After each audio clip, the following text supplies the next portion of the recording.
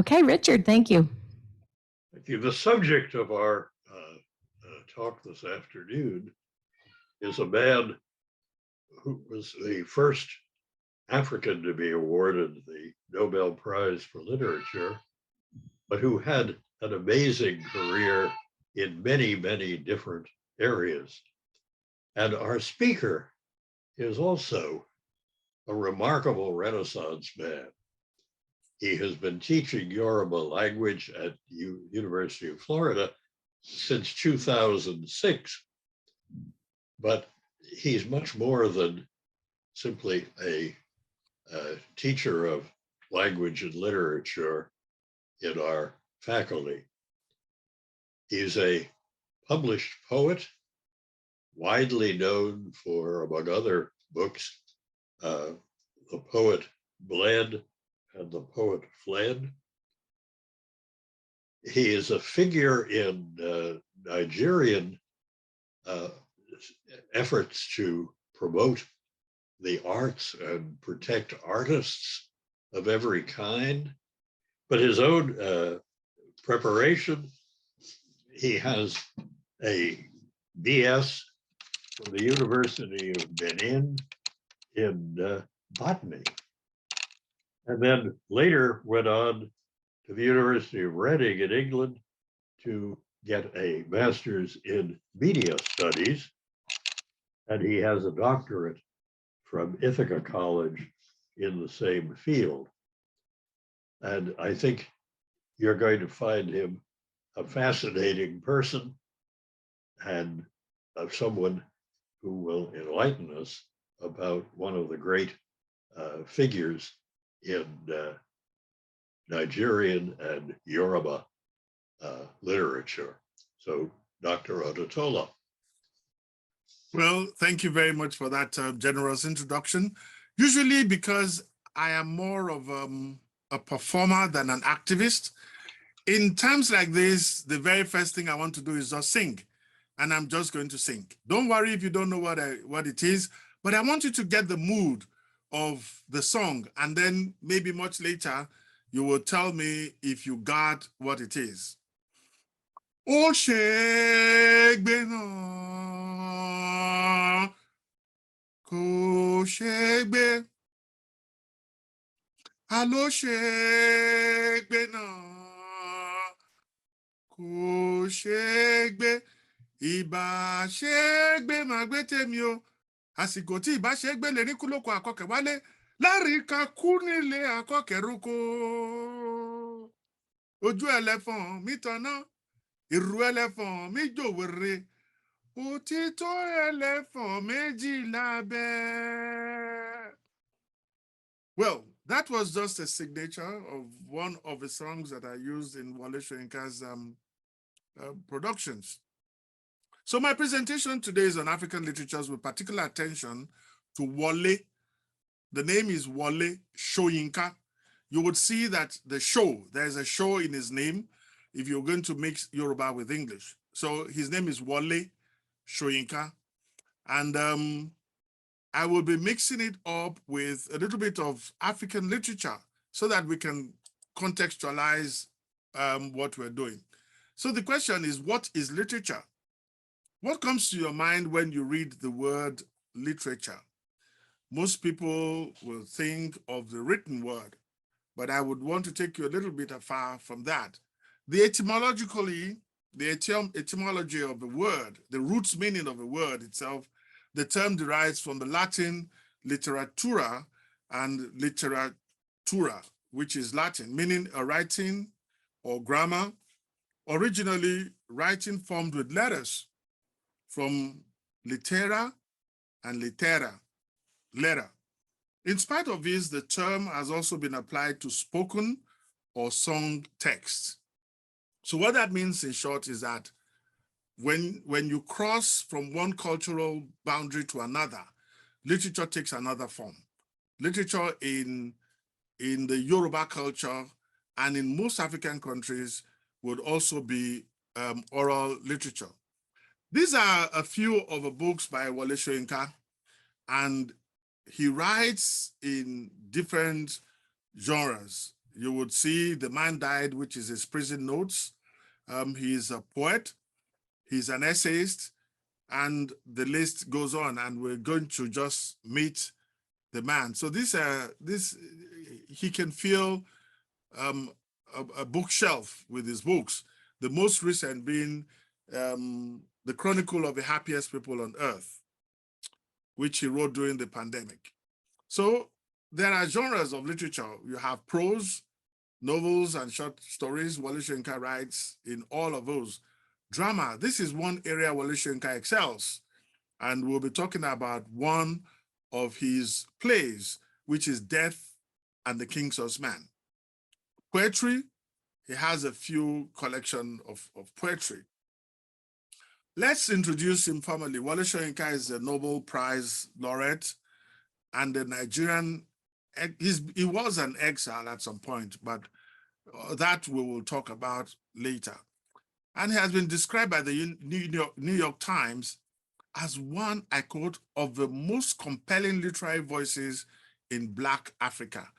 Now, New York Times has a way, and I think in the Western world, of carving Africa into little bits. So this is Black Africa. Then you ask yourself, is there a white Africa? You ask yourself again, why not just Africa? You know, Obama would always say there is no white America, there's no Black America, there is the United States of America. But you'll see in New York Times, they decided to frame it as Black Africa. And then you have the sub-Saharan Africa.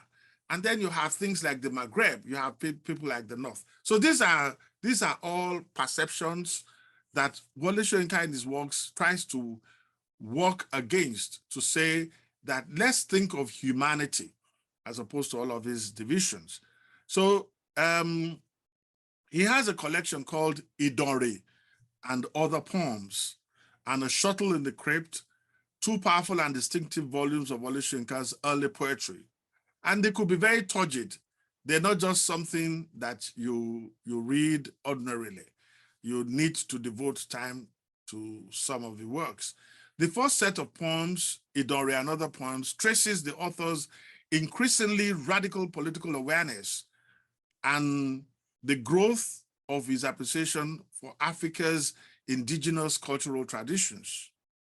The second set of poems, A Shuttle in the Crypt, was written by Soyinka after his arrest in 1967 by the Nigerian government for writings sympathetic to the secessionist Biafra and placement in solitary confinement for 22 months. That's another story on its own, how his very good friend, Chukwuemeka Ojukwu, Colonel Chukwuemeka Ojukwu, who actually lived in Lagos and went to King's College, one of the elite schools in Lagos State, which is not in the eastern part.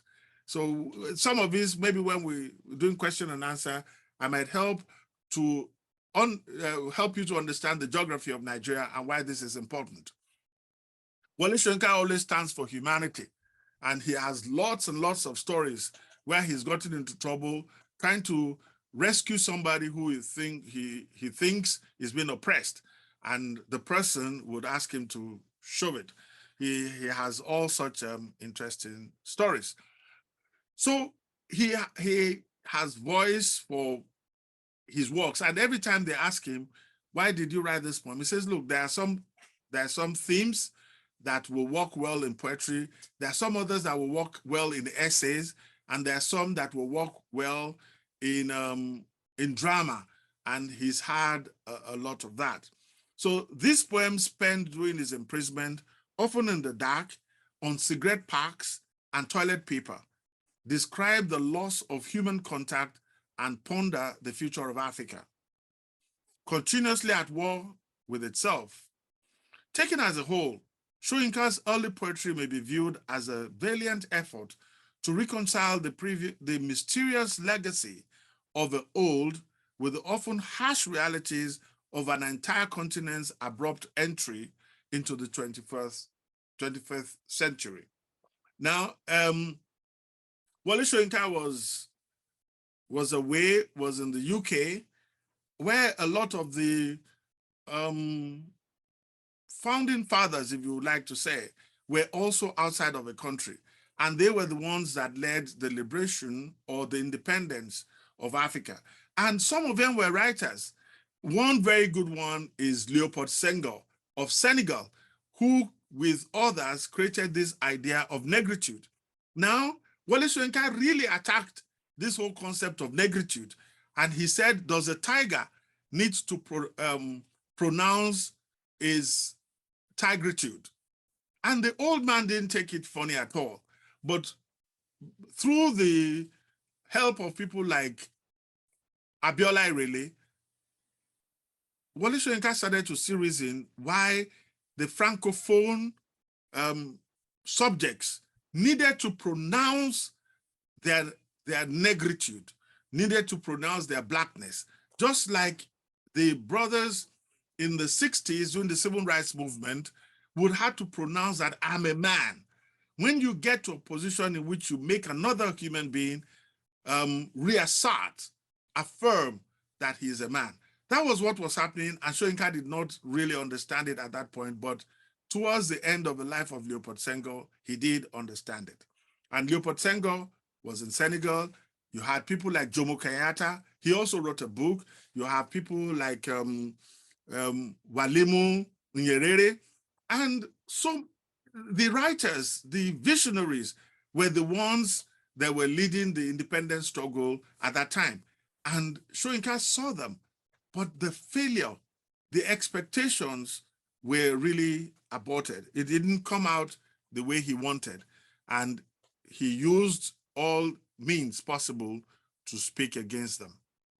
Okay, so before we continue, we need to quickly address the question of African literature. If Wole Soyinka is an African and he writes and has actually been rewarded for his work. So there are lots of debates on African literature. African literature consists of a body of work in different languages and various genres, ranging from oral literature to literature written in colonial languages. And that's where the problem lies. You know, these colonial languages that have superimposed themselves on African creative thinking. There is also a growing literature written in African languages using both Arabic and Latin letters. You know, if I write anything in Yoruba, I will be writing them in Latin scripts. It was a debate whether to go the Latin way or to go to Ajamin, which is a Hausa writing system. So the question we always ask is, what is your position on the language African literature should be written? You know, to those in the West, it is, if you write it in your indigenous languages, we will not be able to read it. Wole Soyinka has, to my knowledge, written anything in his indigenous language. In fact, I remember once in a while we were exchanging emails and he had translated something in a particular way, and I went after him through email outside of the gaze of everybody to say, Prof, I think what you meant to say was this. And he said, look, let's discuss this. Let's find a way. And I was just going to close the thing, and I said something to him like, you know that in the Yoruba culture, an elder does not see an elephant, and the young would say it's a rat. He said, no, just shut up. Let's walk this through. So that is the kind of discourse, the kind of man he is. He has not written anything to my knowledge in the Yoruba language, but he uses a lot of Yoruba thoughts and ideas in his works, and I hope we will get to that a little bit. Now, if you've been hearing that, it's a rumor, and I'm going to share the rumor with you because it looks like it's getting true, that Ngugiwa Thiong'o, you know, he states his position in what is called the language of African literature. And they had all gone to a conference, himself and Chinua Achebe, Wole Soyinka, Ngugiwa Thiong'o, Obiwale, and so many other African writers. And they were invited by the Swedish government.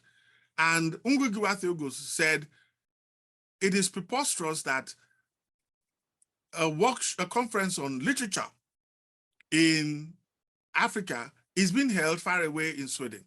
And the rumor is that the Swedes decided that he was never going to win their own prize, that he can go and win that. Well, we don't know. Up till now, he's been nominated so many times. The same thing with Chinua Achebe. But Wole Soyinka gave a different perspective about writing his works in English. And because he could quickly internalize the English language and turn it on his head. In fact, if Wole Soyinka speaks English, Queen's English, or maybe now King's English, in a way, the British would not understand what he's saying. But it's perfectly correct. Wole Soyinka says things like, and he begins a rapid dialogue with his legs. What does that mean to somebody who does not understand the Yoruba? That is a Yoruba explanation to how you bolt away from trouble. For us, we would say you had a rapid dialogue with your legs. And he includes all of that in his works. So that's why this whole question of language is very important. And the late Professor Akinwumi Shola, who translated Wole Soyinka's play, Death and the King's Horseman, to Yoruba, said he was not translating, but he was reclaiming what Wole Soyinka had written in English in Yoruba, because everything he had used was an incultural translation. There were cultural parallels within the Yoruba world of what he was saying. And the Yoruba idea is a very complex has a complex linguistic structure. And so for anybody to do a Wole Soyinka translation, you would have a deep knowledge of the Yoruba culture.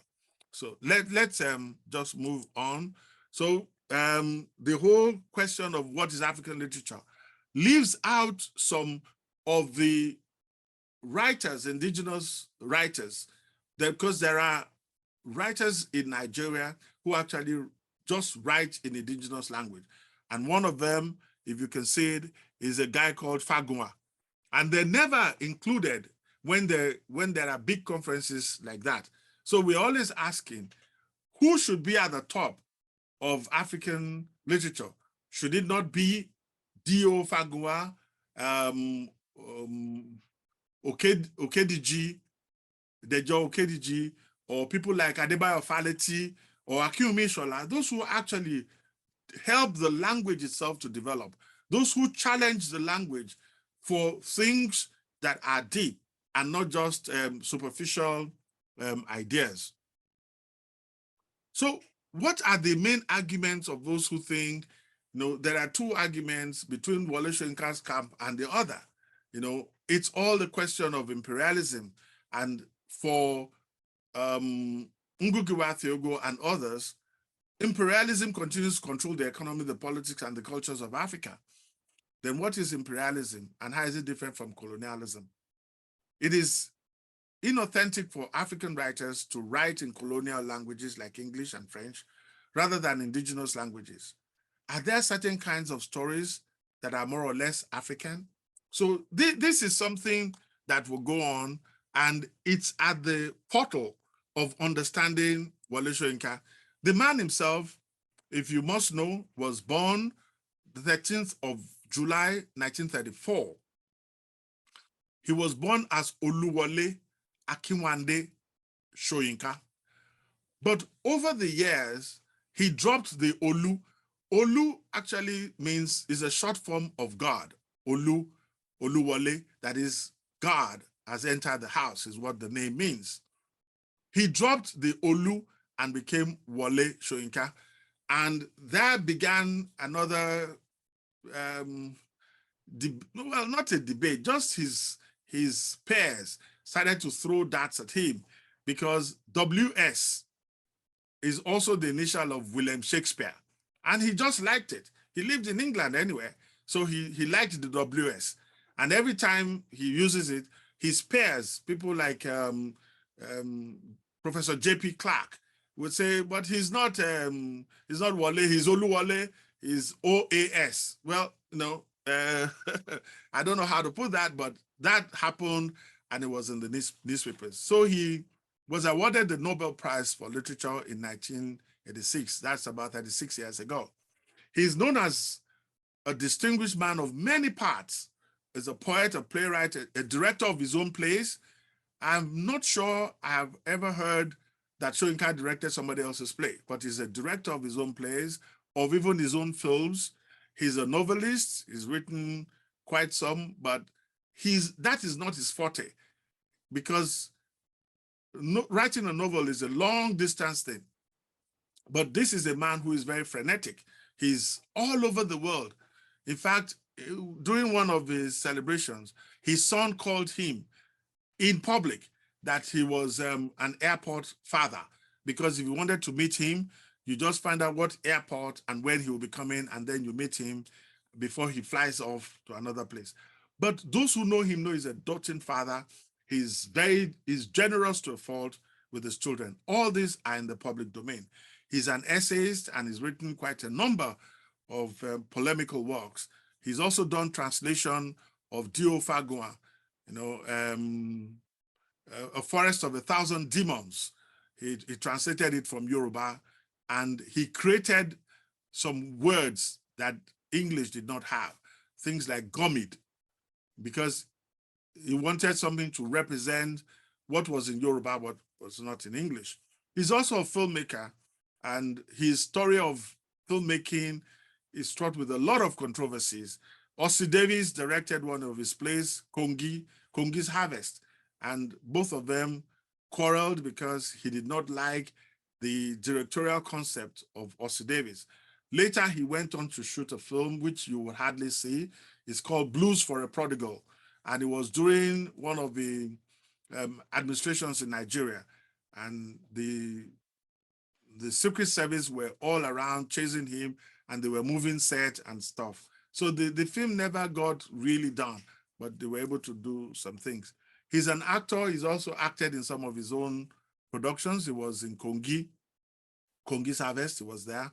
He's an activist, and a lot of people say that Wole Soyinka gets into trouble more for his activism than his literary works.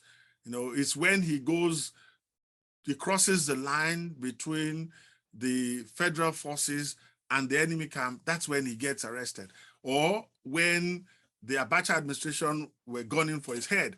But his writings are they're enough. If the administrations could read, they will be able to find out that there's enough to nail the man. But most of the time, they don't nail him because of his works. They nail him because of his voice. He speaks for the underdogs. Now, he's also a musician. And this would only make sense when you understand that Wole Soyinka was one of the 7 people who founded a fraternity in Nigeria called the Pirates Confraternity. And it was modeled after the fraternities here. But it took a different life, because once one idea crosses a cultural matrix to another, the whole execution of it changes. And he's known to be the one who supplies the music. The whole Pirates Confraternity thing was modeled after Long John Silver's Robben Island, and they call themselves names from that character. So he's a fantastic musician. He would compose, he would sing, but he only sings in semi-public gatherings. So if you leave that, he's a connoisseur of wine. I mean, when you go to visit Wole Soyinka, his collection of wine is fantastic. In fact, you could say it's heavenly. And he says that it is better for a man to drink wine than drink water. Well, that has been said many times. He's never denied it, but he would not approve. He wouldn't say that he said so. He's a hunter. He really would just take his dingon and wander far away into the forest. And this is important because the hunters in Yoruba have a form of poetry. I was thinking while I was preparing for this, that in America, do you also have poetry that is segmented for different professions? Do doctors here have their own poetry? Do lawyers have their own poetry? Or do artisans have their own poetry? I'm not very sure about that, but maybe during the question and answer, you can help me. Here, but back in the Yoruba culture, there is poetry for the hunters. When they've gone hunting, they entertain themselves. And if you've ever listened to spoken word or rap music, you would notice that it's almost all over the map. It starts with something and it just goes on. That organic coherence sometimes is not there. And that is exactly what you see in Wole Soyinka's writings. He starts off somewhere and then he might break and talk about something and then come back to that thing. And because a lot of people cannot pay attention or focus or concentrate, they sometimes would lose him. And I hope we'll be able to get an example of that very soon. He was a road marshal. And that road marshal thing means that the government started something called the Federal Road Safety Corps, FRSC. And he was the first road marshal. And the reason being that he's devoted his life to one of the deities called Ogun, and you will find it a lot in his works. Ogun is a god of iron, is a god of metal, anything that has to do with metal. And one of the things that they use in appeasing Ogun, the deity, is the lubricant oil, palm oil. You would always find it there. And then you would find the palm front as part of the totems for Ogun.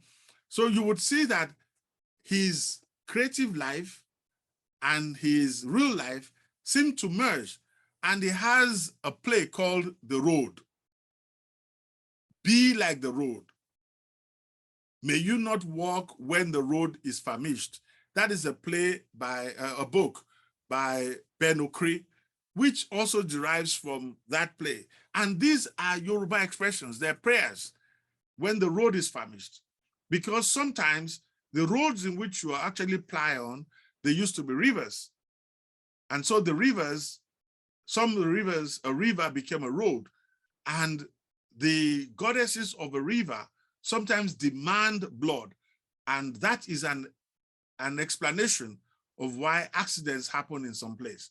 To those who are very empirical and in a technologized society, that would not make sense at all. But this is him, and he's a man of culture, a real Renaissance man. I mean, no need saying that. You already know the kind of person you're dealing with.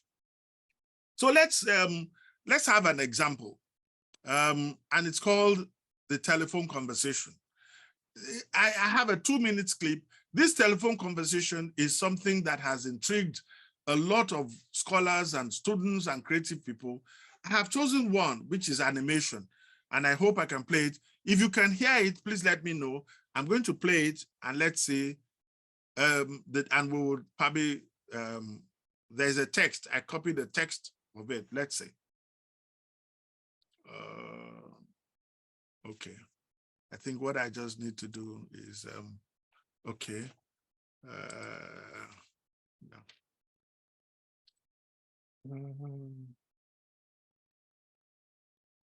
I want to see if I can get,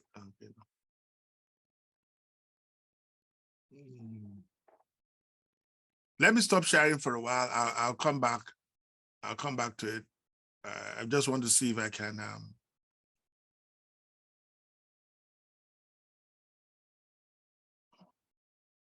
Okay. All right. Okay. All right.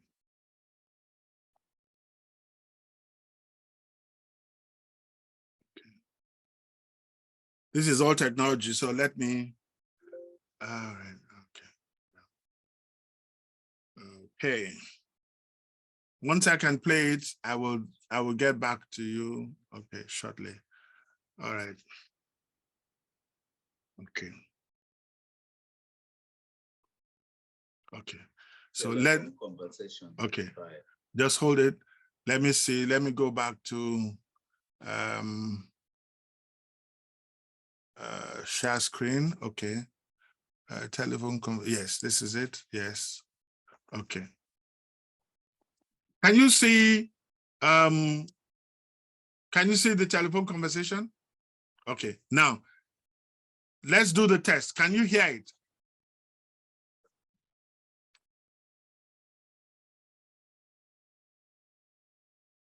Can you hear it? Thumbs up if you can hear it. You can hear it. The price seemed Okay. reasonable. Location indifferent. The landlady swore she lived up from. Can you hear the sound from it? Yeah, we can hear now. Huh? Yes, we can hear now. Okay, all right, good. Okay. And you can see it too. Yes. Okay, good. Nothing remained but self-compassion. Madam, I warned. I hate a wasted journey. I am African. Silent. Silenced transmission of pressurized good breeding. Voice when it came. Lipstick coated. Long gold road cigarette holder pipped. Caught, I was fouling. How dark. I had not misheard. Are you light or very dark? Button B, button A. Stench of rancid breath of public hide and speak. Red booth. Red pillar box. Red double-tiered omnibus. Question tag. It was real. Tamed by a-mannered silence, surrender. Push dumbfounded, beg simplification. Considerate he was, varying the emphasis. Are you dark or very light? Revelation came. You mean like plain or milk chocolate? Her accent was clinical, crushing in its light impersonality. Rapidly, wavelength adjusted, I chose West African sepia and as afterthought down in my passport. Silence for spectroscopic flight of fancy till truthfulness clanged her accent, hard on the mouthpiece. What is that? Conceding. Don't know what that is. Like brunette. That is dark, isn't it? Not all together. Facially, I am brunette, but madam, you should see the rest of me. Palm of my hand, soles of my feet are a peroxide blonde. Friction costs, foolishly, madam, by sitting down, has turned my bottom red black. One moment, madam, sensing her receiver rearing on the thunderclap. About my ears, madam, I pleaded. Wouldn't you rather see it for yourself? Okay, so that is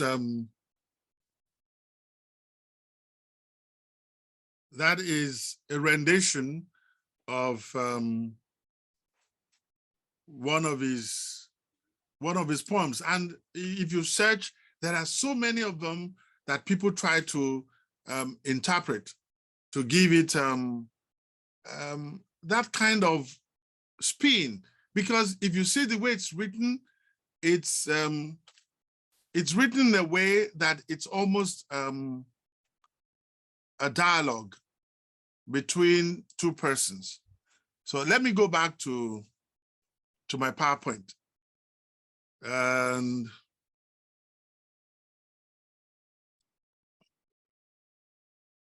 can you see the PowerPoint now? All right, good. Okay. So before we delve into that, I have a text of it. According to a professor in Nigeria, Remiraji, he says poetry is like the geometry of literature. Just like, so the language of poetry demands critical deconstruction, like mathematicians calculate angles in geometry.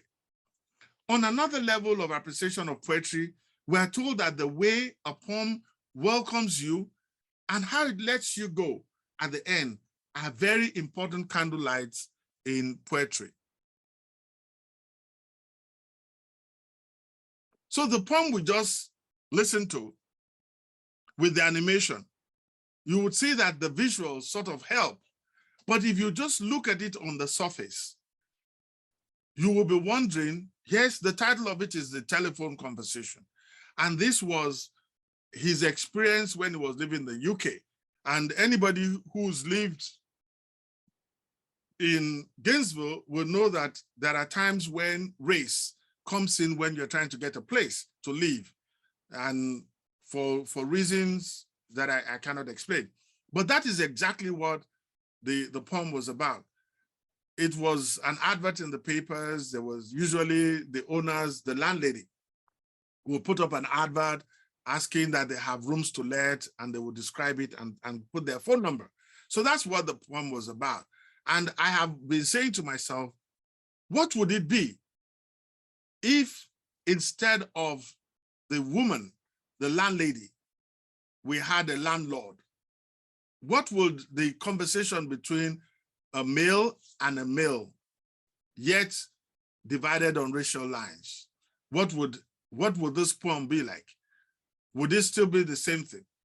Was the woman afraid of a male Black person, or was all of this just purely racial? Now, the poem wouldn't give answers to it, but you would see that in all of it, Soyinka was trying to push forward his own humanity, as opposed to how the woman was coming at him. But let's leave that, because sometimes people always mistake the poetic persona for the writer. It might not even be a real situation. It might just be one of those things that he heard and he decided to write. But every time we all look at it and read this poem, we always will think of him, you know, and sometimes he does that a lot. He would insert himself in his writing, and you have to be very careful not to say that he's the one. Now, let me go to something more cultural. This is a poem that it would take somebody who has a lot of interest in Yoruba culture to understand. Abiku, as far as I'm concerned, is a poem about spirituality. Now, I need to explain the concept. These are children that are born and they die, and their parents, in their, frustration, will mark them, will probably put a mark on their hand or their back or somewhere. And from what I have heard, when these children come back again, that sign, that mark comes with them. Now, like I rightly said, in an empirical society, in a technologized society, this doesn't make sense at all. You know, how can that happen? And many scientists who read the thing and want to explain it say maybe the children have sickle cell, and when they're born, the probability of being born by the same mother.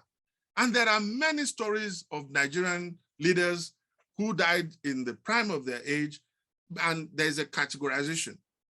And there's a spirituality to it as well, that these kids come into the world, but they still have the umbilical cord to the other world.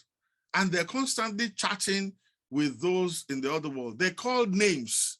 Sometimes they call them names that would annoy them. They call them names that will make them want to cut the umbilical cord. We've heard of people who are children, these spirit children, who lived for 70 years. Some of them, usually they say once they cross a certain age, it shows that they are tired of going and coming. And the Yoruba believe wanderer child. It is the same child who dies and returns again and again to plague the mother. And why would a child plague the mother? One of the things that the Yoruba culture tells us is that children actually choose their mothers, and the mothers go to choose their fathers. But it is the children who will choose the mother they want, because they've looked at they can see the path, they can see the future of the woman, and they find out that what they want to come and do in the world will really be, it's coterminous with what that woman has. And every time I've said this in class, some of the students who have very difficult relationship with their parents or with their mothers feel that I'm talking nonsense. That, well, how do you mean I chose this? Were there no other women there? Why would it be this one that I have chosen? But yes, you did. So just live with her and live at peace with her. And both of you should work it out, because you're here for a particular reason. Now, that only works with the Yoruba culture. I don't know whether it works with the American culture, but this is the basis of this. And this Abiku, Wole Soyinka has one. You will recall that I mentioned the name called J.P. Clark, John Pepper Clark. John Pepper Clark also has his own version of Abiku, because they all went to the University of Ibadan together, even with Chinua Achebe. That was the university they went to before Wole Soyinka went to Leeds. So this is a poem that needs a lot of understanding, a lot of cultural understanding and education to understand it. So this is the Abiku talking to the mother. You see, Wole Soyinka always makes his like a dialogue. The dramatist in him cannot even, he can't quieten it even when he's writing poetry. In vain your bangles cast, charmed circles at my feet. I am Abiku, calling for the first and the repeated time. This is the spirit child having a conversation with who we do not know. But this is like in most plays, the character announces itself and tells you its identity. Must I weep for the goats and cowries, for palm oil and sprinkled ash? This is the Abiku. Yes, all of these are part of the things that are used for sacrifice to make sure that the child stays. But it's now asking, must I weep for goats and cowries, for palm oil and sprinkled? Ask what the sacrifice asked for. Yams do not sprout armlets, to earth Abiku's limbs. There's nothing you can do. No. So when the snail is burnt in his shell, wet the heated fragment, brand me. No, like I said, they cut them when they're dead so that they can identify them when they come back. Deeply on the breast, you must know him when Abiku calls again. And the squirrel teeth cracked, the riddle of a palm. Remember this, and dig me deeper still into God's swollen foot. Whatever you like, you do. You know, I have the right to go and come. And the whole essence of a cycle, the Yoruba people believe that the dead, the living, and the unborn form a loop. And the way I explain it to Westerners is that every human being has, the females have the ovary, they have their DNA, and then what makes them who they are. The DNA is representing the past. You did not make, that DNA was not put together. The chromosomes you have, your genotype, was not put together for you. It is a summation of everything that has been, both from your father's side, the paternal, excuse me, and the mother side, is what formed this DNA. But the future, the unborn, are encoded either in the sperm or in the ovary. And then you, as an embodiment, you represent the present. So you're the present, the past, and the future. And so a lot of Wole Soyinka's works will be talking about three-way crossroad, where the past, the present, and the future meet. And this is what this child is saying, that could just move on to the spirit world or come back to earth, depending on how the child feels. So let me just skip and do the last one before I quickly, I know my time is, my time is moving fast. Now, the last stanza says, the ripest fruit was saddest. You see, when they die at age 1, there's very little emotional investment compared with when they die at 21 or when they die at 40 something. And these kids are usually bright. They do things that others don't do. They have the capacity to create what others don't create. So when they die, when they're older, they bring a lot of sorrow to their parents. The ripest fruit was saddest. Where I crept, the warmth was cloying. In silence of webs, Abiku moans, shaping moles from the yoke. You know, all of this is Wole Soyinka putting himself in the place of an Abiku and talking to humanity. Because most of the times, we do not have the time to reflect on the other sides of our humanity. We're all humans, which is the biological side of us. The being and the beingness is our spirit side, is what nobody would live and be eventually. It is always a becoming.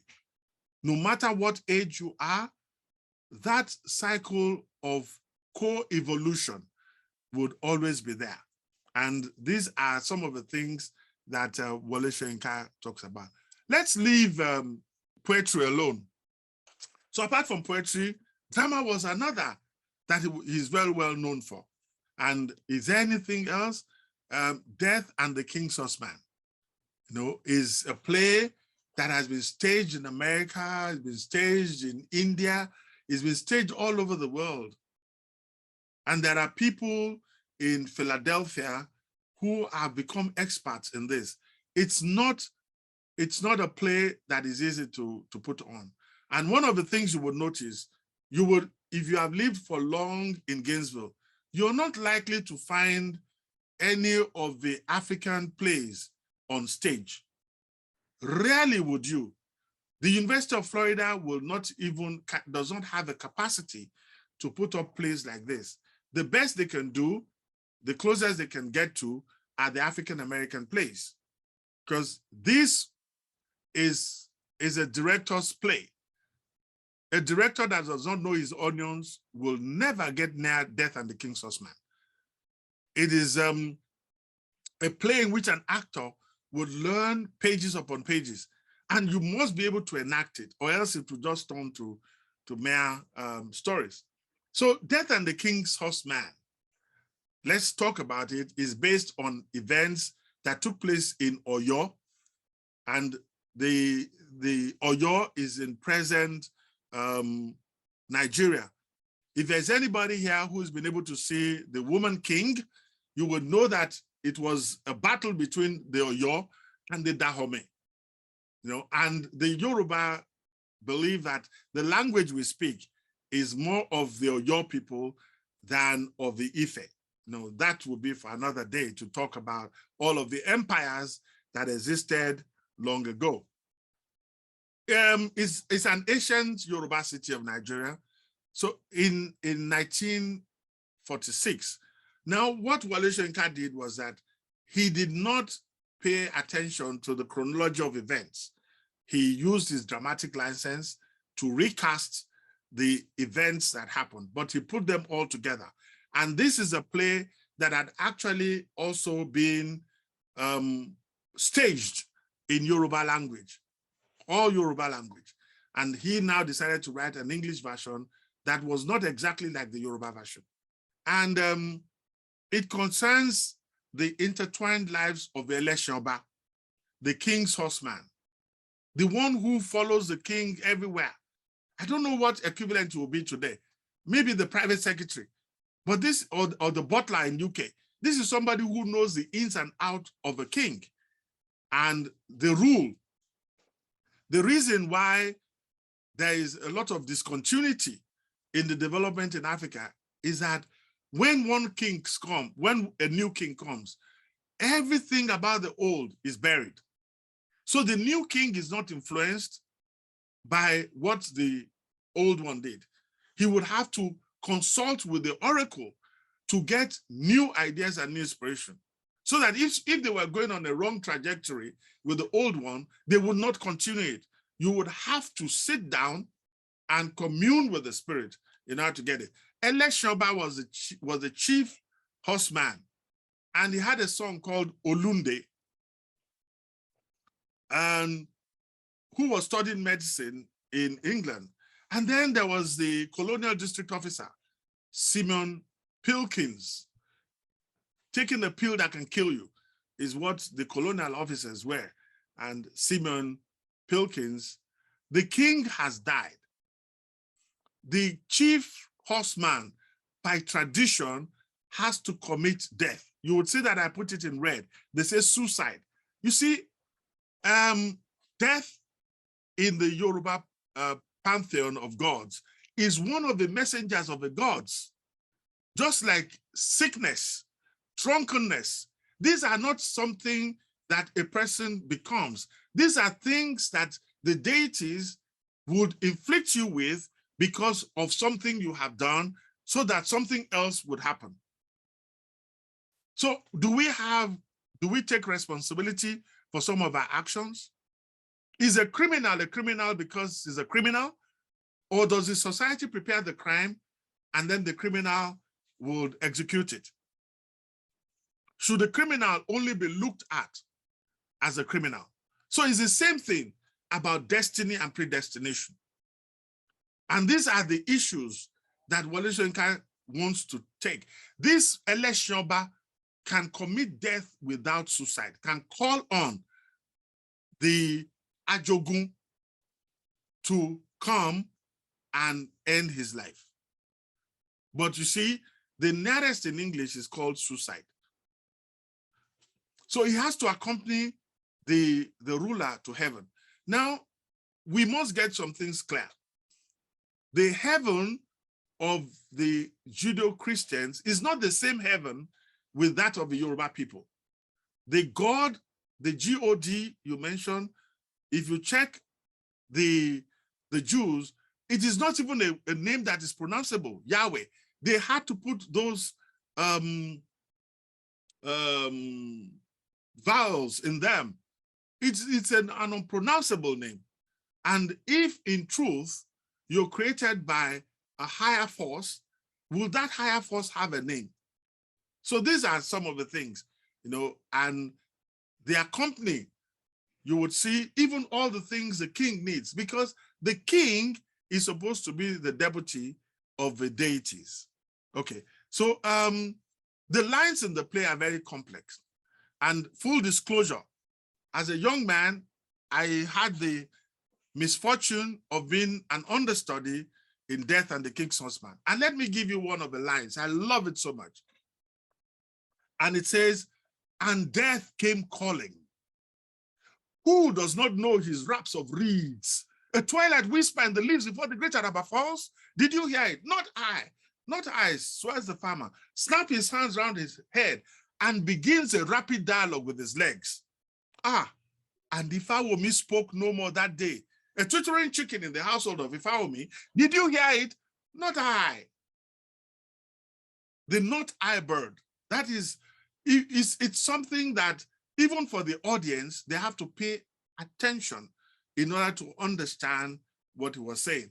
A raconteur. They called Eleshoba a raconteur, somebody who talks. Remember that I told you that Wole Soyinka is a hunter, and hunters have a particular kind of poetry, which they called Ijala. One of the parts of it is called Awawi, where you just go on and on and on, talk about that, because they have seen a lot. Now, whatever time I have, I think I must just show you a clip, and it's on Netflix now. You can get to see the film on Netflix. Okay, let me see.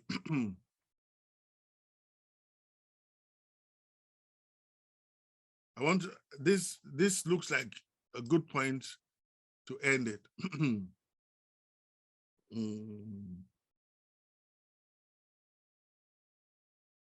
Okay. I want to just, even if that's all we will talk about for now. All right. So that you would see a visual of the play. And okay.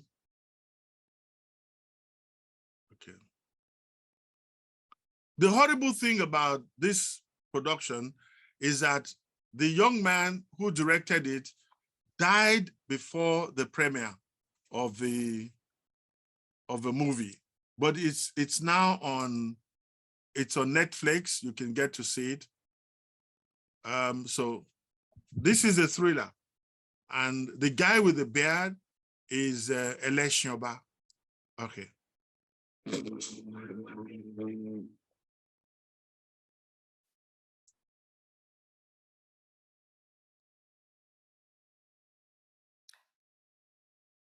I don't hear any sound yet.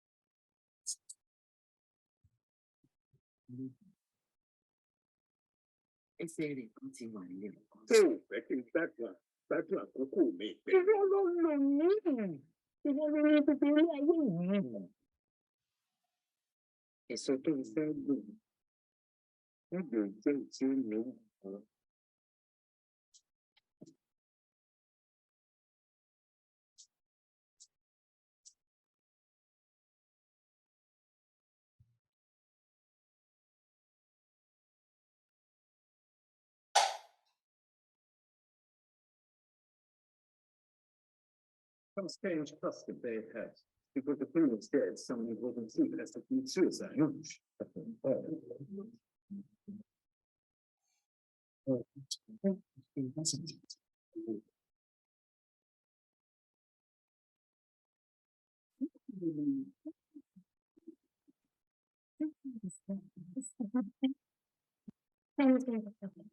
have no respect for this.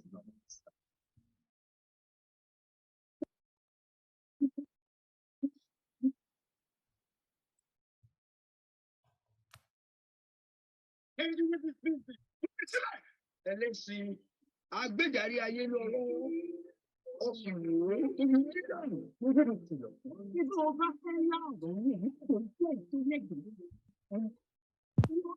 àti ìdálẹ̀ wa.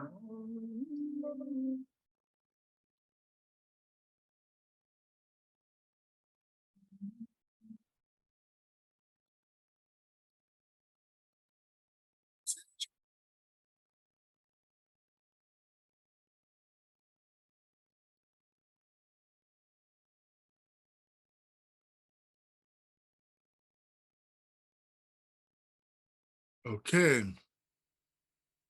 Well, I have gone over 1 hour. So let me just stop it there. And If there are questions, there's so much to be said about Wole Soyinka and all of that. So I will be ready to take questions or contributions or corrections. Thank you for your presentation. Any questions on Zoom? Any comments? Richard, any comments? No, I just wanted to thank Professor Odutola for a fascinating hour together. And I know we're just touching on one or two aspects of a very complex and fascinating man. So thank you very much. And let's see if we can't get some good questions. Okay, Rick Gold, go ahead. Thank you. Thanks very much.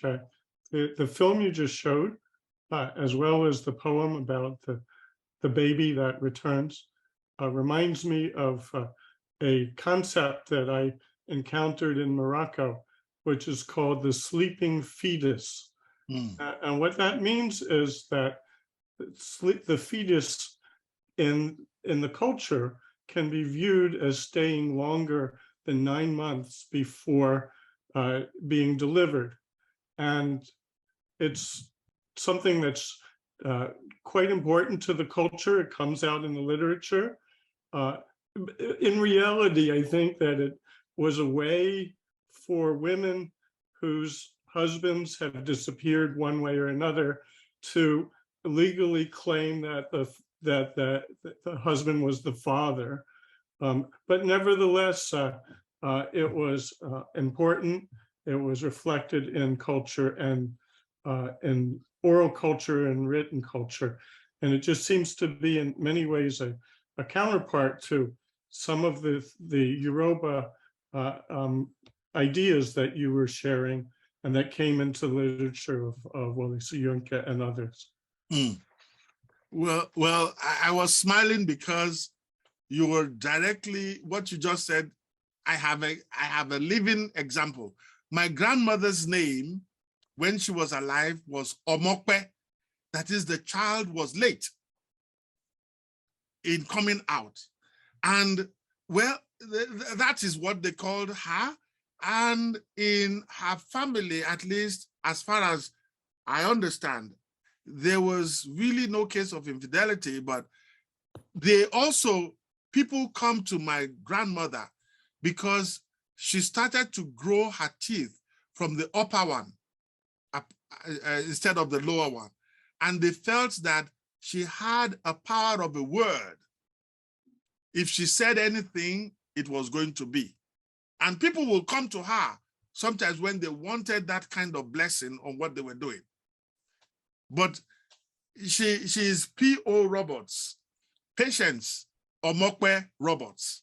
My mom is just celebrated her 90th, and her mother is the one that is Omokpe.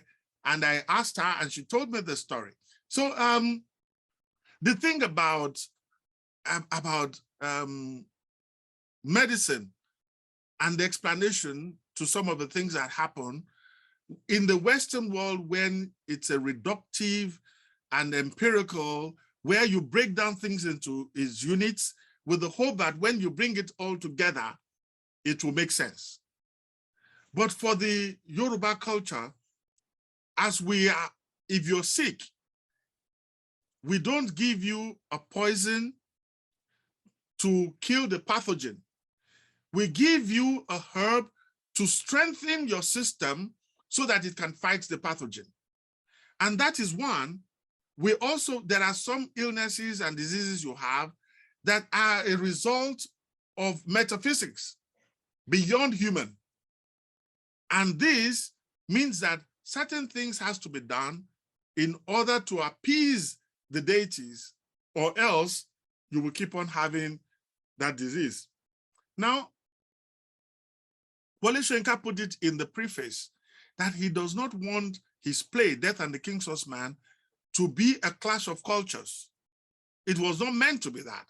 It was meant to explain what tragedy is. Usually in the Western reductionist ideas, tragedy is like Romeo and Juliet. Both of them died, these individuals. But for the way Wole Soyinka was trying to provide tragedy, that if you have a spiritual responsibility to your community and you shirk that responsibility, you do not carry it out, the world in your community will fall apart. And the domino effect will not just be one person, but will be the whole of a community. And that's why his son died, he died, and so on and so forth. So I understand why Morocco would say for a delayed fetus, and somebody else would find an interpretation, a modern day interpretation. I have series of that when every time I try to explain something that is cultural in the Yoruba culture to people who there's no way. I look at their faces, I said, they don't believe one word of this. You know, when I was born at age 7, my left leg as a 7-day-old child, my left leg was put on the divination board. And if anybody has time to check geomancy, geomancy is something that is all over the world where you read the signs on the sand. When I was born as a 7-day-old child, they put my leg on the divination board and read off what I had come into the world to do. And they said, these are prohibitions. Do not eat okra because it pulls. And everything, if you do, they didn't tell me the repercussion, but it is like you'll be delayed. I got my PhD when professors were thinking of retirement. My master's, the department at Ethical College, they came together. I was the oldest graduate student. I was 40, and they had a party for me and a cake. What others had done at age 23, 24, I didn't do it until, and then my PhD was when I was 50. So I appreciate how you brought it in, but it's something, it's a dialogue that we must, there are what forms knowledge and how knowledge is formed, which is the science of knowledge, epistemology. You know, all cultures have it. But where every time we want to step aside from one culture to explain to the other, we have sometimes to reduce it, flatten it, so that those people might understand it.